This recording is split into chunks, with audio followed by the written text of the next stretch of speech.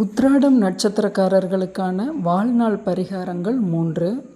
உங்கள் வாழ்நாள் முழுவதும் சூரியனை காலை நேரத்தில் பார்த்துவிட்டு காலை உணவை எடுத்துக்கொள்வது அளப்பரிய சக்தியை, மனோபலத்தை உங்களுக்கு சூரியனால் கொடுக்க முடியும். சிம்பிளான ஆனால் இது அதி உன்னதமான பரிகாரம். 2. கர்ம வீடு என சொல்வது மகரத்தை. அதனால் தெரிந்தோ தெரியாமலோ நிறைய கர்மங்களை சுமந்து கொண்டு வந்திருக்கிறீர்கள். அதனால் முடிந்த அளவு உங்களோட வாழ்நாள் முழுக்க மாதம் ஒரு முறையோ வருடம் ஒரு முறையோ உங்களால் முடிந்த உதவிகளை இல்லாதப்பட்டவர்களுக்கு தண்ணீர் பாட்டில் வாங்கி கொடுப்பது கூட உங்களுடைய கெடுகர்மாவை குறைக்கும். தனக்கு மிஞ்சியதை நீங்கள் தானமாக செய்யுங்கள். நீங்கள் உங்களால் எவ்வளவு செய்ய முடியும், அதனால் நீங்கள் எல்லாத்துக்கும் தானம் பண்ணிவிட்டு குடும்பத்தை விட்டுறக்கூடாது. அந்த புரிதலோட முடிஞ்சப்போ ஆஸ்வாசமாக நல்ல மன திருப்தியோட ஒரு பாட்டில், ஒரு பிஸ்கெட் பாக்கெட் அது போல் இல்லாதப்பட்டவர்களுக்கு வாழ்நாள் முழுக்க நீங்கள் வாங்கி தரலாம். அடுத்தது 3.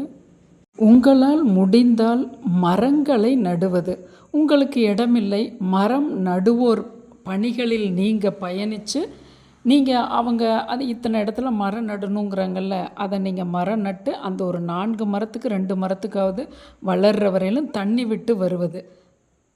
ஏன்னா நீங்கள் சூரியனோட நட்சத்திரம், கண்டிப்பாக அந்த சூரியனோட ஒளியை கிரகிச்சு தான் அதை ஆணி வேற பூமிக்குள்ளே அந்த வேர் போகுது. அப்போ அதனுடைய அந்த அர்ப்பணிப்பு, அதனுடைய கிரகிப்பு உங்களுக்கு உங்கள் நட்சத்திரத்திற்கு வந்து சேரும். உங்களுக்கு இடம் இருக்குன்னா முடிஞ்சால் பலா மரம் பொது இடங்களில் கூட நீங்கள் நடலாம்.